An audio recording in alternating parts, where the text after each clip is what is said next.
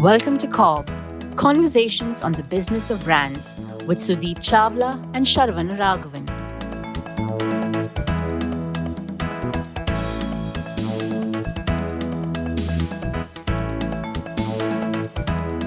Okay, so Sharon, in one of our previous episodes, we spoke about various stages of FMCG business, Right. and you used all your experience that you've garnered by consulting many of these companies that want to grow to a certain stage, uh, and you spoke to us about these stages, 6 stages, right? Right. Let's first recount those stages so that our listeners are able to remember what we spoke about, because Okay. today's episode is specifically about those stages and a Hmm. question that I asked during the question that I asked you during that episode. Yes. Yeah, so I will not let you escape without necessarily answering that question that I asked on the behalf of the listeners there. Sure. So we said that there is this startup stage Hmm. where obviously everything is hunky dory, everything is pure. You've just conceived the idea and you've got your product market fit. Right. And then there was this stage which looked quite arduous, and you termed it the long chew. Yeah. Yeah, Right. where you have to put in a lot of things into place so that you are able to leverage them later.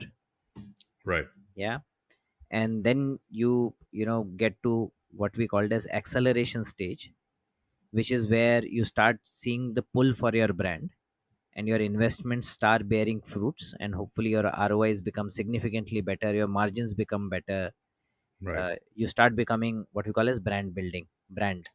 Right. Yeah, so now you have a product brand. From there, the fourth stage possibly was about house of brands. You start thinking about a number of brands under a bigger umbrella, number of brands addressing different opportunities that you really want to pursue within Right. the same consumer set or a different consumer set. Hmm. And then we really spoke about going really big. So the fifth was about a MNC, where you have you know brands across geographies. uh, Right. your brands are known, and there is sufficient consumer pull across geographies. Hmm. And the last stage is about being a Fortune 500 company, where each one of your brand becomes an icon in itself, and consumers across the world recognize it for what it stands for, and hopefully there is homogeneity in the brand recognition all across. There was a specific question that I asked towards the end of the episode, which you said that we will answer. We have not covered it in this episode, and we will possibly take another episode to answer it. Do you remember the question? Yes, I do actually, Hmm. because you asked me if there is a way to cut short these stages, and if a business can jump these Hmm. stages, and especially the long chew period. Hmm. If what must a business do to jump it? Correct. Correct. Right. And the specific reference that I was coming from, Sharon, Hmm. was from the whole perspective of having a D2C brand. Right. Yeah, a number of our listeners possibly are either thinking about that or they are working in one. And so therefore, how do these stages apply to a D2C business, Hmm. and do they have to go through this entire long chew and all the 6 stages, or there is another journey for them? So that's what my question was. Yes. uh, and let's have it as the topic for today. Yeah, Absolutely. okay, so why don't you start with your initial reaction to the question, and then we take it forward for our listeners. Okay, initial reaction is that can these stages be cut short? Absolutely, because they are not milestones defined by time. They are Hmm. more milestones defined by the business, the level of business execution that is there in the system. So, depending on how fast you execute, you can cut short the time you spend in each of these stages. Hmm. That said, now can you skip some of these stages? Hmm. In my opinion, from what I've seen with a lot of my clients and the businesses I've worked in, you really cannot. Mm-hmm. I did see a few responses to the previous episode where people said the D2C businesses have skipped the long chew and gone into the acceleration phase. I don't completely agree, but what I see with that is that you can put one stage before the other, but you still have to go through every stage in this evolution. It may Hmm. not be very clear, so let me explain that. But despite your summary, I'm going to quickly recap what the stages were, right? Hmm. Hmm. So in the startup stage is when you're doing the product market fit. You focused on getting your first set of consumers. You're obsessed about the product you're creating. You've created a brand identity. That doesn't mean you focused on brand building. Hmm. You are usually pre-profits, and you can't really short this stage. You really have to. That's the starting of the business, and you're filled with a lot of adrenaline, you with hope and optimism, and also a sense of nervousness when you start. So that is not something you're going to short. That's how everybody starts. Now the long chew is when you have push sales. You need to set up a GTM, and this is what the D2C brands seem to have bypassed. And Hmm. in the acceleration stage is when it is a brand driven pull business, when there's pull sales happening, when the brand is pulling in the sales. I'm not going into the other stages because these are the three that we will focus on today. Hmm. Now, for the longest time, the moat that most FMCG businesses had was the distribution infrastructure that they Hmm. built over time. And with e-commerce, the D2C businesses shocked these smaller FMCG businesses by just jumping over the D2 the moat that these guys had. And they Hmm. said, I can reach the customers very easily because of e-com and the digital infrastructure that exists. Hmm. And that shocked the system. It did. Hmm. Hmm. But is D2C as a channel viable for long-term business? I'm not sure because your e-com penetration in FMCG, the contribution of e-commerce is about say 4 to 5% at best right now, Okay. and it's expected to go up to 10% in the next 6 years. Hmm. And I, at the beginning of my career, I was part of conversations where some industry experts predicted modern trade would be 50% of India's FMCG business by 2020. Hmm. So we know what modern trade contributes today, Hmm. about 10 to 12% roughly. Yeah. So I'm not denouncing e-commerce totally. Hmm. The effect of e-commerce in the FMCG business will be limited for now. So, Sharon, when you speak about disruption of the moat, in the times when traditional trade was the only way of reaching consumers, Hmm. the traditional companies had mastered the art of that reach. Right. Now, e commerce came and created that reach uh, in a slightly more differential manner and Hmm. made it democratic, both e commerce as well as modern trade. Hmm. Made it democratic for brands to be able to reach that particular segment. Right. The Yeah, targeted segment. the targeted segment. Now, I think what the when you say numbers like 4 to 5% and 10 to 12% penetration of modern trade, etc., what we essentially mean is that now India is not one India. India is many Indias. Right. Now, in certain India, let's call it India A, yeah, or Hmm. NCCS A1 maybe. Hmm. The Right. reach of modern trade and e-commerce might be significantly high. It might be 50 60%. Right. And amongst those, an e-commerce plus modern trade might be able to give good amount of competition to traditional trade, and hence, completely disrupting the moat, etc., etc. But when you go Right. to India B and India C, that is where the traditional channel starts, experiencing its moat again. Absolutely. Yeah. So therefore, I think depending on which category our listeners are referencing to, Hmm. what you said might become completely true or completely untrue. Yeah, depending on the context. Okay. Yeah, for example, if you are selling a very high end consumable, Hmm. yeah, for example, very high end functional whey protein, Hmm. The yeah, entire TAM would be on e-commerce. entire TAM would be in metro cities, Hmm. yeah, largely.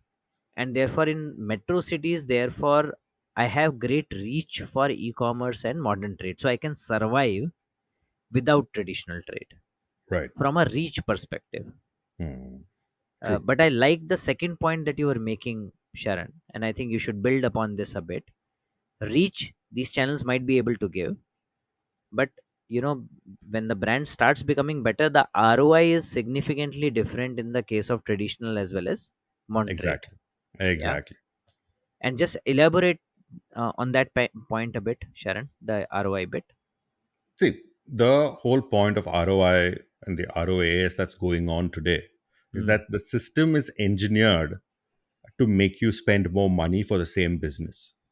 Hmm. So I've met with so many clients who say, when I started my business, my ROAS was so high, Hmm. but now it is dropped. It is because the system is engineered in a way that the moment your business and your brand is selling well, Facebook and Google make money by telling your competitors that this is how you're making money, and to increase competition for the same space. Hmm. And the entire eCom system, including Amazon, not just Facebook and Google, including Amazon, is built in a way that you end up spending more money to get the same business over time. Now, this is unless you have built a strong brand, which can automatically draw the audience to your business, which is the brand pull we spoke about in the acceleration phase. Hmm. However, in your traditional channels, your margins are set. Then they don't vary on a daily basis or a monthly basis. So they Hmm. are far more stable predictors of profitability Hmm. and your P&L management. Hmm. Now, that said, is D2C as a channel not viable? No, it is. It should be, because every brand should be available across pretty much every channel for the customer to buy. Hmm. Now, for them to expand into different channels is where the pressure starts. Hmm. Now, I'm not talking about, say, the actual D2C businesses like Lenskart and Licious. They are Hmm. purebred D2C businesses. Hmm. I'm talking about the other FMCG businesses which primarily sell online Hmm. without a physical distribution setup. Hmm. They are the businesses that are going to feel the pinch, because if your brand is built on Amazon, Facebook, and Google, or your Hmm. business is built there, you and you haven't focused on building a brand, one, you're limited to that availability, the reach that is available through these channels. And Hmm. if you're a brand that is focused on just the people who are shopping here, great, you need to start building your brand. Hmm. If not, you're going to go down the drain very fast. Hmm. And if you're focusing on these channels, you Hmm. need to provide an experience for the consumer that goes across channels. Hmm. Your See, for most D2C brands that continue to see themselves as D2C brands, Hmm. I'm afraid the end is near, Hmm. because they aren't reaching the customers that they're supposed to. Hmm. And they need to deliver an omni-channel experience with omni-channel communication and omni-channel availability. That is the Let only way they're going to scale the business. This is something I think I read in one of the, I think, posts put up by Arindam Paul, who is the CBO for Attenborough, and he spoke about the differences in stages and marketing that Hmm. possibly a brand needs to do when they are scaling up from Okay. 0 to 10 ARR, 10 to 100 ARR, 100 and plus ARR. And Hmm. one of the things that I liked in in the way he explained was that uh, when you are a small brand, like you said, you are in the startup phase, you found your PMF. After Hmm. finding your PMF, you are still looking at early adopters, Hmm. and a certain number of early adopters will deliver the kind of revenue that your company is ready for. Right. But like you said, Sharon, pretty soon, if your business is going fast and you're doing good for yourself, you're you will start running out of early adopters. Hmm. They will prove to be inefficient or insufficient for the revenue requirement that you have. Beyond that, you will have to go searching out of that domain, and uh, just stressing on this a bit, you will Hmm. run out of early adopters. You will not run out of reach. The reach is still there, Right. but the entire reach of digital does not mean that all of them are early adopters. Exactly. So there are early adopters online, there are early adopters offline. Yes. Now your initial level of marketing spending etc that you can afford with the kind of ROAS that you have set for yourself will Mhm. give you early adopters online. Hmm. Now to get to the next level of people online, you are going to burn a lot of money. That is exactly where a lot of the businesses lose money Correct. going out chasing ROAs. Correct. So then I think one needs to realize that when is that stage when your flywheel on Amazon or Flipkart has stopped giving you better returns, Hmm. and that is the time when you need to also find some kind of method to build your brand offline and get early adopters from there also. Absolutely, that's exactly what I'm trying to say. Yeah. You can set up online, but you will scale offline. Hmm. And if you are an FMCG business, your critical mass is there. Your early adopters, your early majority, you need to chase by being present. It's not either or. It is about being available online, offline, and pretty much everywhere possible. Hmm. And that is what proves to be difficult for a lot of the D2C brands. I agree with you, Hmm. but it might be important for us to dwell a bit on why do we think it is going to be difficult. Hmm. See, now that's actually a tricky question, Hmm. because is it hard work? Absolutely. Is Hmm. it impossible? No. And the analogy I would use here is that of healthy eating. Hmm. Okay. It's completely a mindset issue. Hmm. And it's true that everything you eat is either improving or deteriorating your health one way or the other. Hmm. Now, if you're used to having fast food every day, fast food and junk every day, Hmm. and you suddenly have to move to, say, millets and ragi and all the health food without sugar, and you're not going to be able to do that. Hmm. And you're going to, even if you try to, you will go after it, say, for a few days, and then one cheat day will become a cheat week and become a cheat month, and take a and I've been through that cycle quite a few times myself, so I Hmm. understand the mindset. Hmm.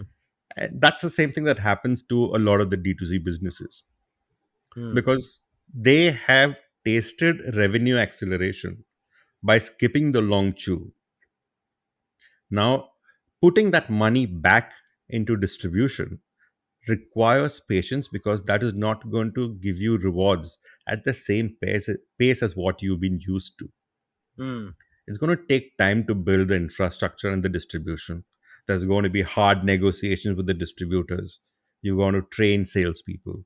You've got to go visit retailers individually, be it modern trade or traditional trade. There's a lot of legwork required. Hmm. Now, when you're used to getting, say, uh, thousand units of sale every day, Hmm. and for the same thousand units of sale, you got to work for a week or 2 weeks setting up infrastructure. You want a cheat meal. You want to put that money, even if it comes at the cost of your health, which means equivalent to the profitability. Hmm. Even if you will get low profit or sometimes no profit, but you will still get the revenue, your mind is tuned to go chase after the revenue. Hmm. And people who can break through this are the ones who make brilliant case studies. Hmm. And very, very few manage to do that. Because if you've tasted accelerated growth before doing the infrastructure for it, building the infrastructure for it, Hmm. your mind doesn't reset for Hmm. you to accept the slow acceleration that's going to come with the infrastructure building, at least slow Hmm. to start with. It's obviously going to give you incredible scale over time. Hmm. That's the same as working out and eating healthy and living a very happy, healthy life. Hmm. You know what the answers are, but your mind refuses to budge. Correct. Okay. Yeah. Yeah. So therefore, you're saying that you need a certain kind of mentality and perseverance to be able to go after such opportunities, to do that hard work, which is equivalent of the long chew. Absolutely. Hmm. It might not be as long as it could have been for you otherwise, Hmm. but the mind doesn't know how long it's going to take. Hmm. and therefore the mind refuses to oblige.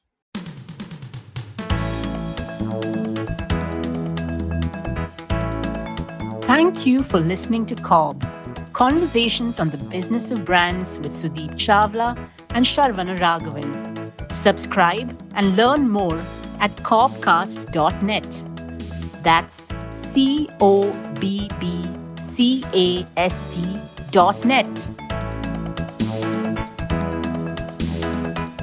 There is some hard work that will need to be put in, but more importantly you will need to be ready to put in that hard work without necessarily immediate returns coming your way.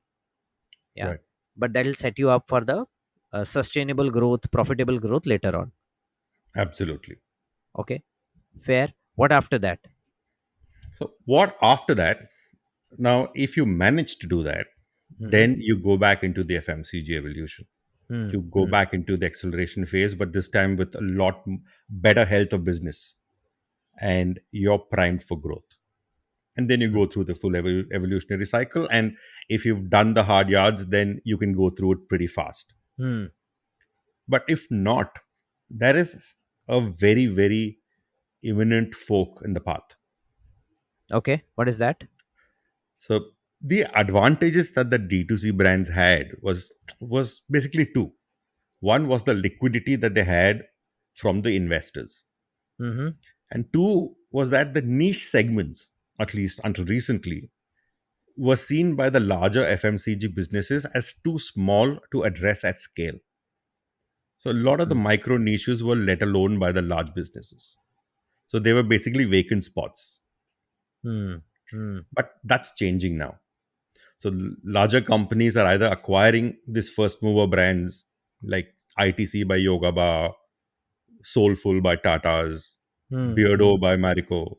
So a lot of these businesses have been acquired, and they've invested, or they've invested heavily in startups, using the startups to fill the gaps and with the might of the infrastructure that they have. Hmm. So they invest in these startups, leverage their strengths of using the e-commerce and the digital channels, and Mm-hmm. then back it up with the distribution might that they already have. Yeah. So Okay. that's what the large companies are doing now. Mm-hmm. And if you manage to get it, you manage to sell to one of these large companies because you've demonstrated great business health. Fantastic. That's what you get at the end of rainbow, right? Hmm. People Hmm. say you get either pots of gold or leprechauns at the end of a rainbow. Hmm. Hmm. Now, selling out at a good valuation to a larger FMCG company is the pot of gold, but that's difficult to get. Hmm. Hmm. But the others have a very tough decision to make. Hmm. Either you roll up your sleeves and get down to building your infrastructure, Mm-hmm. or you bite the bullet and Mm-hmm. you sell it at bottom of the barrel valuation. You have to exit the business. Hmm. Because if you're not making money already, Mm-hmm. and with the rate at which the large companies are building their digital infrastructure, and with the dreaded word today of AI coming in, it's accelerating this adoption. The advantage that the D2C startups had is fast vanishing. Hmm. So you either sell at good valuation or build your infrastructure so that you build up great valuation, Hmm. or you exit the business. This is what's Hmm. going to happen. Okay. Another argument, Sharon, that I found was a number of the D2C businesses who have done very well for themselves are Mhm. the ones who have rode some wave, a bigger wave. Absolutely. When Flipkart was becoming big, when Amazon was becoming big, when Nika was becoming big, a number of brands that were present on these platforms who were riding it became fairly big. Right. Yeah.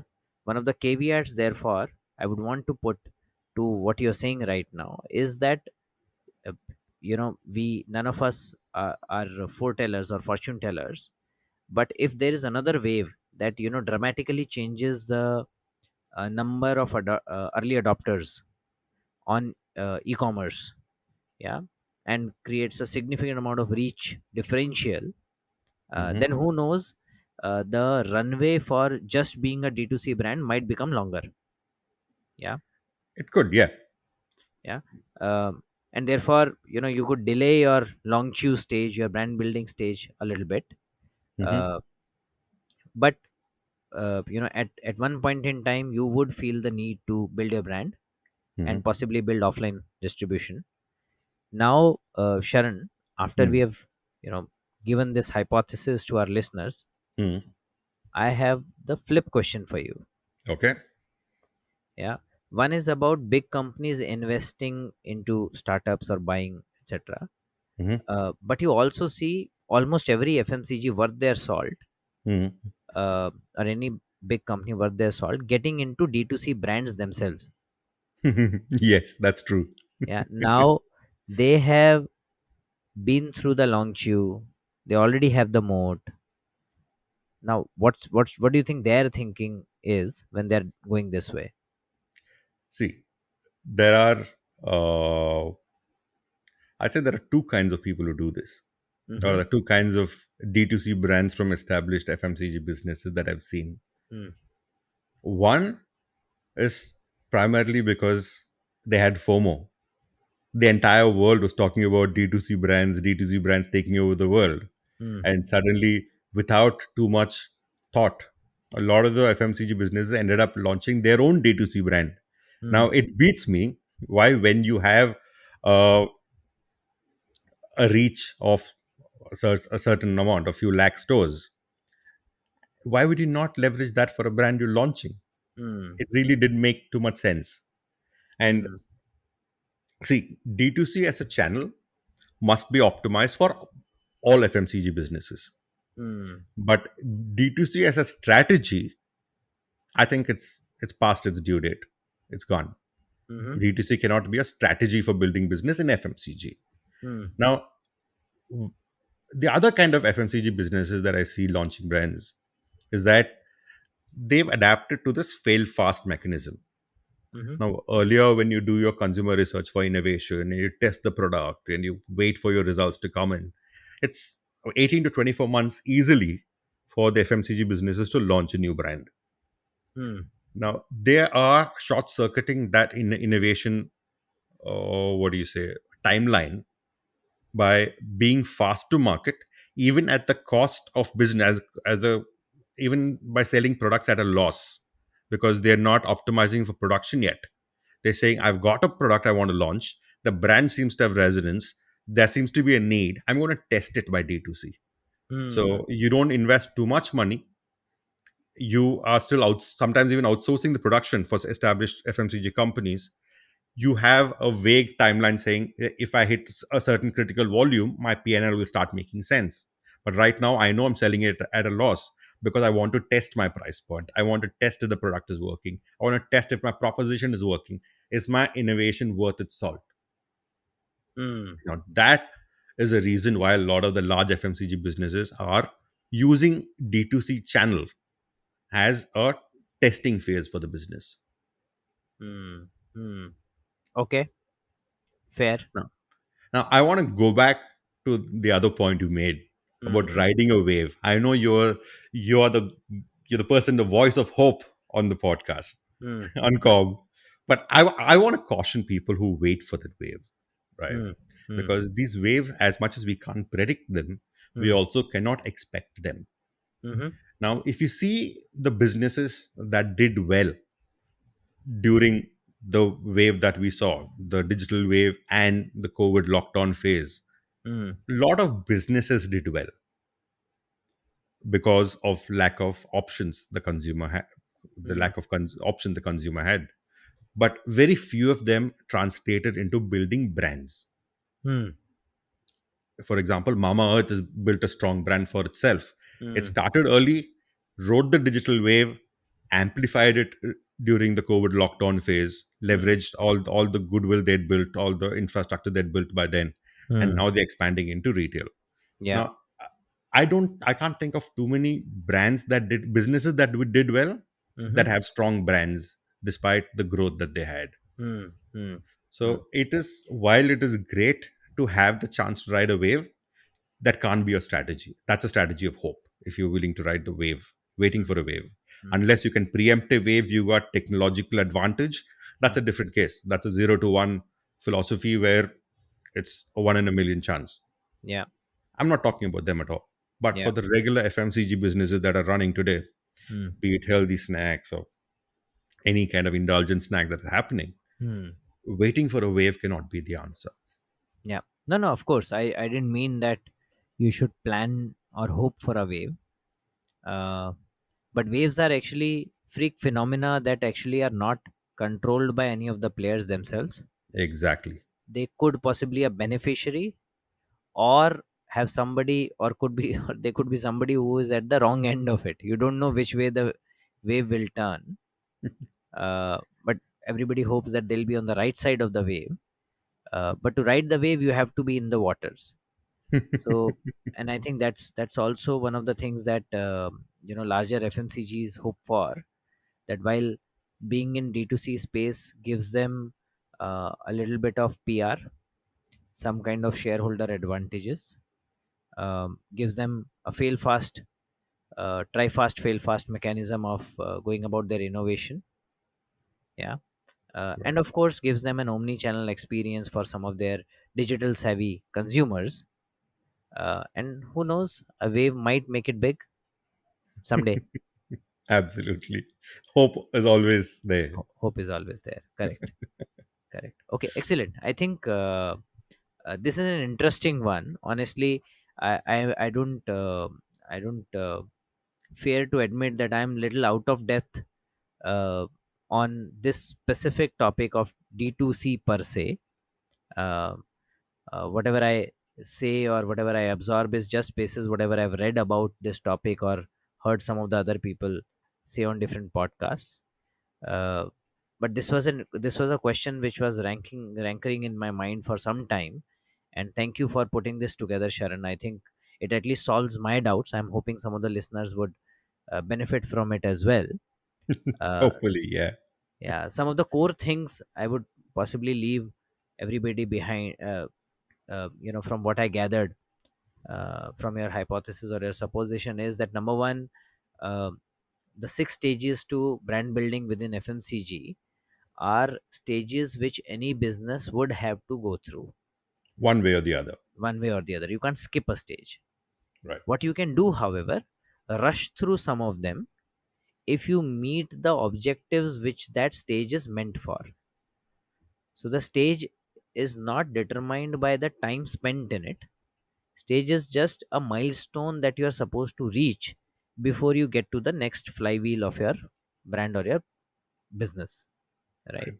Right. So therefore, there is a hope for all kind of brands, regardless of whether you are B2C or not, that if you reach that milestone sooner, great, good for you, move to the next stage. Yeah, Absolutely. that's the first thing. Then number two, we spoke about the fact that D2C, uh, all the, from a thinking point of view, all the D2C brands need to recognize the fact that when they're starting, e-commerce gives them a great way of reaching the first set of consumers, testing their PMF, and not getting bothered by the moat that is owned by traditional businesses. And once you've reached a certain stage, you will therefore then look at satisfying or serving omni-channel needs of your consumers. Right. uh, what that does is it gives you dual advantage. Number one, it helps you create brands, and number two, it helps you improve your margin structure. And creation of brand, improvement of margin structure, hopefully gets you into a flywheel so that you can keep investing into your brand, and it starts giving you significant returns. Yeah. What you also spoke about, Sharon, is that uh, you know the mentality is usually something that comes in the way of a T2C brand becoming significantly bigger. Yeah.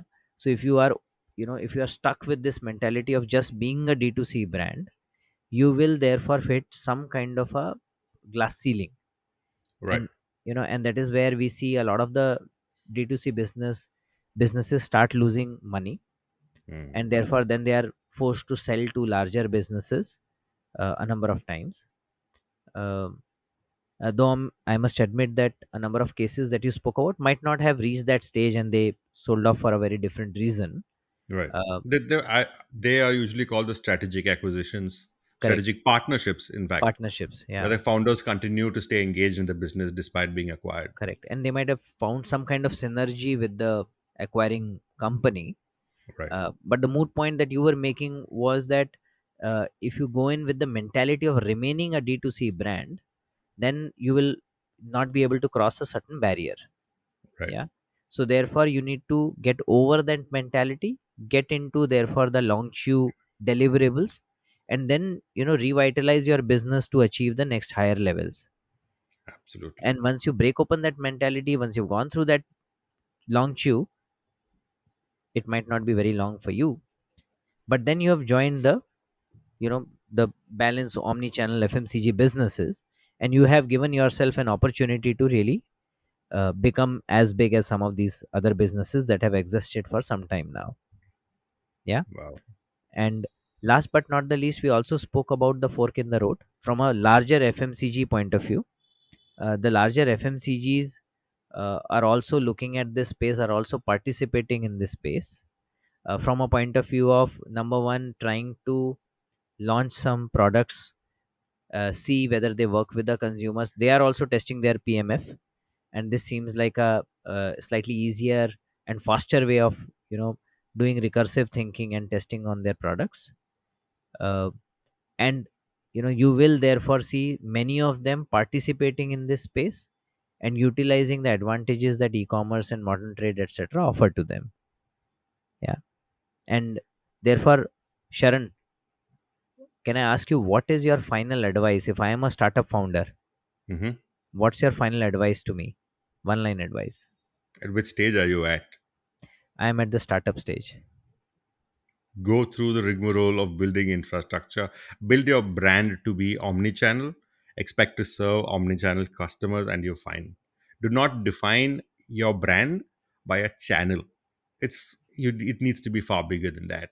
Excellent. And in this, Sharon has repeated, and he did not say it in his exact words, that D2C is not a strategy, can't be a strategy.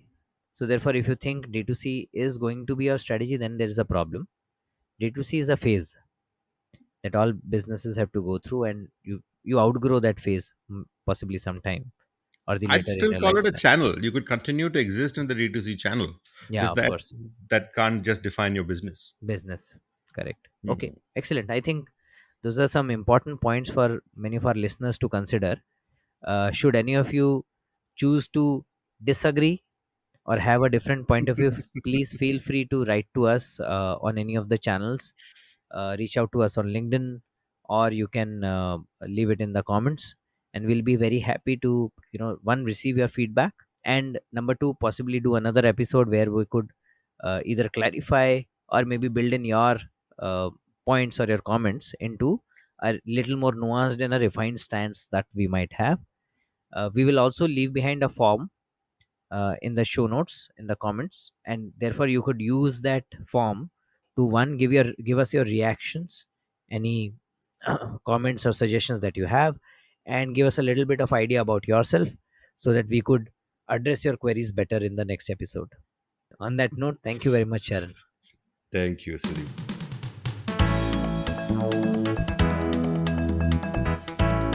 Thank you for listening to CoB, Conversations on the Business of Brands with Sudeep Chawla and Sharvana Raghavan. Subscribe and learn more at cobcast.net. That's CoBBCAST.net.